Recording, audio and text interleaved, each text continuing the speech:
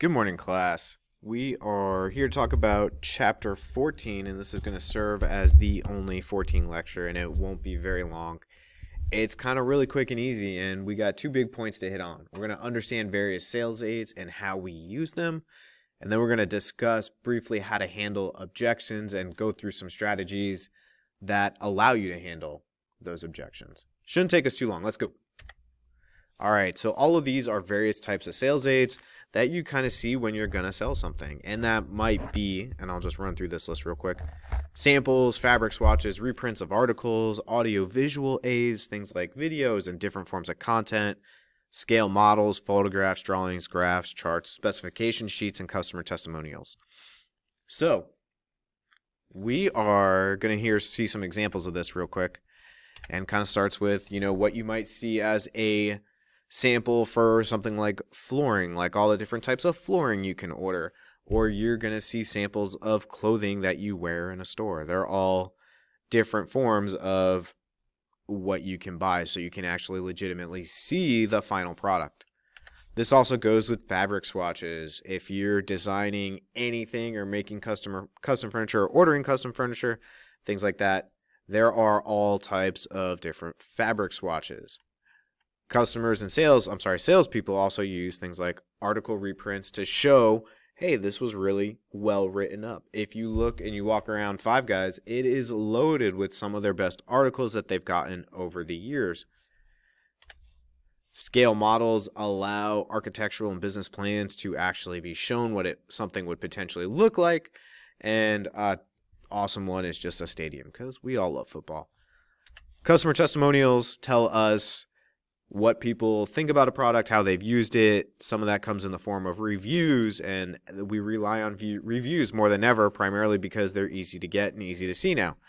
The last example I'm giving you is a specification sheet, and this is a little bit more technical than some of the ones we see online, but things like dimensions of whatever we're selling come into play. So we're showing you all these so that you can get some ideas for what you're going to have to put on your website.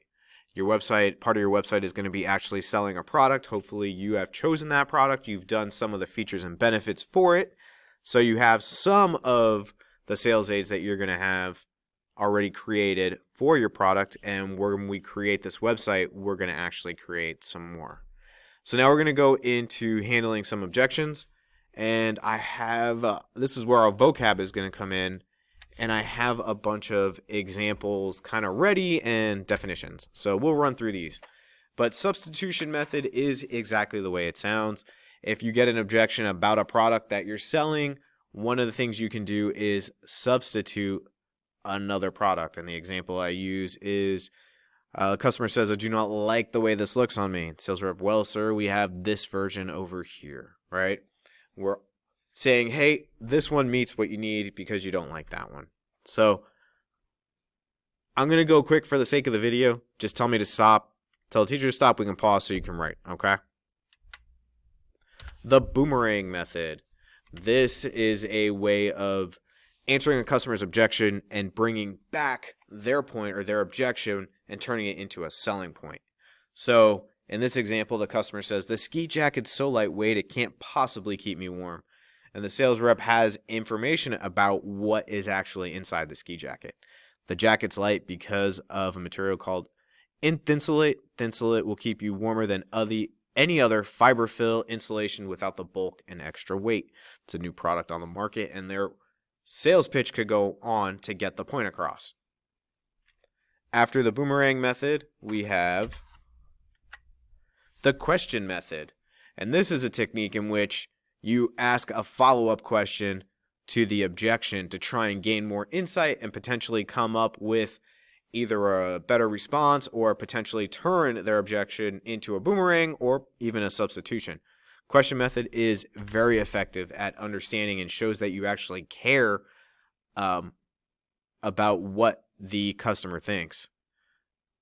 So customer says the price is too expensive, and the sales rep asks, is your concern about the expense or the long-term cost to the company?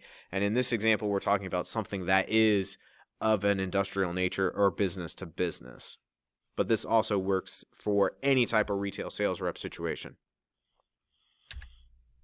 After question, we have superior point, and that is a technique of getting over an objection by permitting the salesperson to acknowledge that their objection or the customer's objection is accurate and valid, and offsetting it with some other feature or benefit.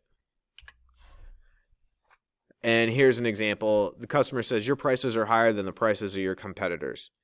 And then the sales rep's like, well, hey, that's true, but we use better materials. Or our materials actually last longer. Our construction design or our production design is just better and it lasts longer, and that's why it's more expensive.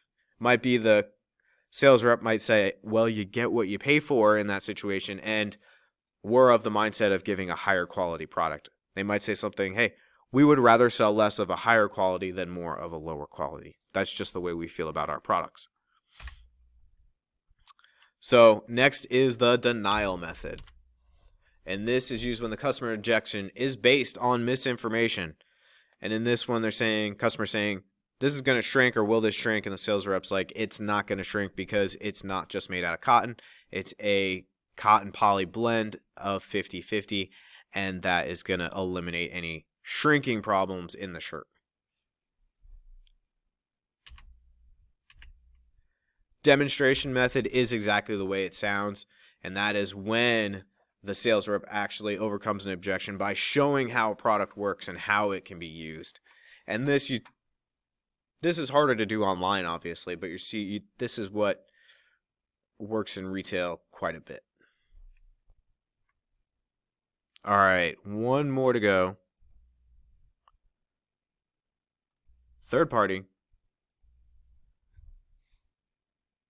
Third party is when we get a neutral person or a neutral individual to talk about the product, and we record that and use it as a sales aid. The most common time you see this is reviews for other products. We see this a lot on Amazon. And yes, some of those people are incentivized to provide good reviews, whether it's through free samples or some of them are actually paid to provide reviews. With Amazon, we get a lot of, hey, this person legitimately did this and they bought this item, reviewed it, and it is honest work. And we see items with thousands of reviews, right? They've been purchased that many times. So all of these are different ways that you can handle objections, and they're all great strategies, and it's all about understanding your customer and using it at the appropriate time. That is it for Chapter 14, really, and we've kind of summed it up in a couple slides and 10 minutes instead of 2 days worth of notes. So we'll be listening to this, I believe, on Monday, and then we'll be moving on to our website when we get back from our DECA trip. That's all for me. I hope everyone has a great day, and looking forward to wrapping up selling soon.